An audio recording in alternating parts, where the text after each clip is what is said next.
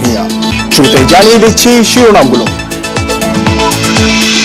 ক্রাইস্টচার্চে বাংলাদেশ, 4 টাইগারকে নিয়ে সতর্ক New Zealand.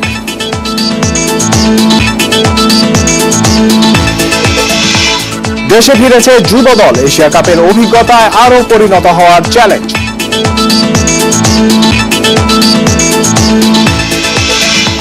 NCL এর টায়ার 2-তে 2 ম্যাচে এসেছে ফল, জয় রংপুর ও রাজশাহীর।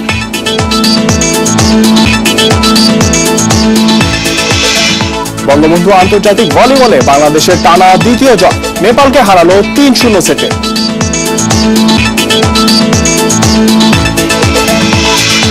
আবারও দেশের দ্রুততম মানবী শিরিন, টাইমিং 12.01 সেকেন্ড।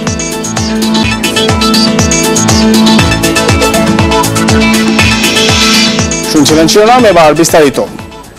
নিউজিল্যান্ড সিরিজের মূল প্রস্তুতি শুরু। ক্রাইস্টচার্চে এখন টাইগাররা। অকল্যান্ডের ওয়াঙ্গারাই থেকে ক্রাইস্টচার্চ পৌঁছে শুক্রবার অনুশীলন করেনি মাশরাফির দল। 26 ডিসেম্বর সিরিজের প্রথম ওডিআই অস্ট্রেলিয়ায় কন্ডিশনিং ক্যাম্প শেষে নিউজিল্যান্ডের ওয়াঙ্গেরিতে আসে বাংলাদেশ। সেখানে নিউজিল্যান্ড একাদশের বিপক্ষে একমাত্র প্রস্তুতি ম্যাচ খেলে টাইগাররা। বৃষ্টি আইনে 3 উইকেটে হারলেও নিজেদের শক্তির পরীক্ষা হয়ে গেছে মাশরাফিদের। 7 ওভার বল করে প্রথম ওয়ানডেতে ফেরার ইঙ্গিত দিয়েছেন মুস্তাফিজুর রহমান। ফর্মে ফেরার ইঙ্গিত দিয়েছেন সৌম্য সরকারও। রান পেয়েছেন মুশফিকুর রহিম। নিজের পারফরম্যান্সের ঝলক দেখিয়েছেন অলরাউন্ডার সাকিব আল হাসান।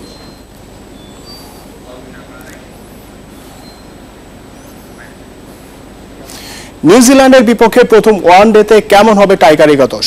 হিসেবের মার প্যাচে নতুন কারো অভিষেক হওয়া কঠিন।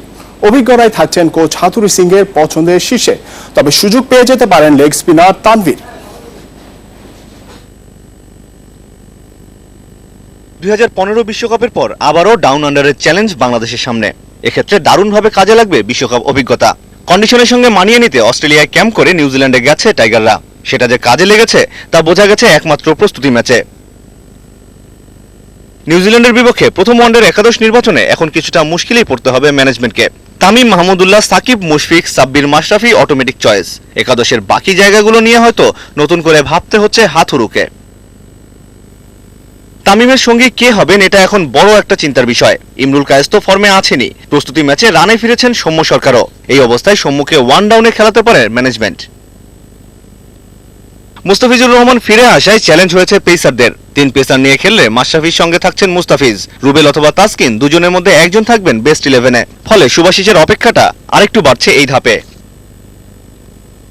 ওয়ানডে জার্সির অপেক্ষাটা বাড়তে পারে মেহেদী হাসান মিরাজেরও, কারণ স্পিন আক্রমণে সাকিবের সাথে মাহমুদুল্লাহ, সাব্বিরও আছেন মাশরাফির ঝুলিতে। তবে অভিষেক হয়েও যেতে পারে তানভীর হায়দারের। প্রস্তুতি ম্যাচে খুব একটা ভালো না করলেও তানভীরকে এগিয়ে রাখতে পারে তার লেগ স্পিন।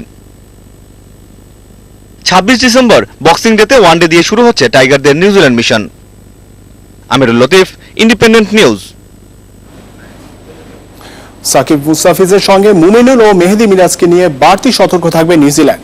ক্রিকেট নিউজিল্যান্ড তাদের অফিসিয়াল ওয়েবসাইটে এ খবর প্রকাশ করেছে, যেখানে বাংলাদেশের 4 জনকে আলাদা করে সমীহ করার কথা উঠে এসেছে।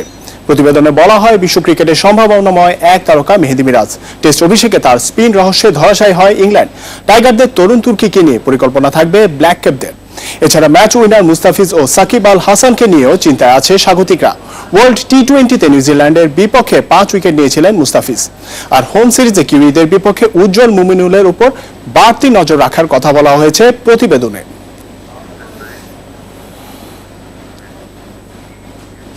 যুব বিশ্বকাপ মিশন শেষে দেশে ফিরেছে বাংলাদেশ। প্রাথমিক লক্ষ্য অনুযায়ী শেষ 4-এ খেললেও ফাইনালে স্বপ্ন পূরণ না হয় তুষ্ট হতে পারছে না ইয়াং টাইগাররা। দলে খুব একটা পরিবর্তন দরকার নেই জানিয়েছে টিম ম্যানেজমেন্ট।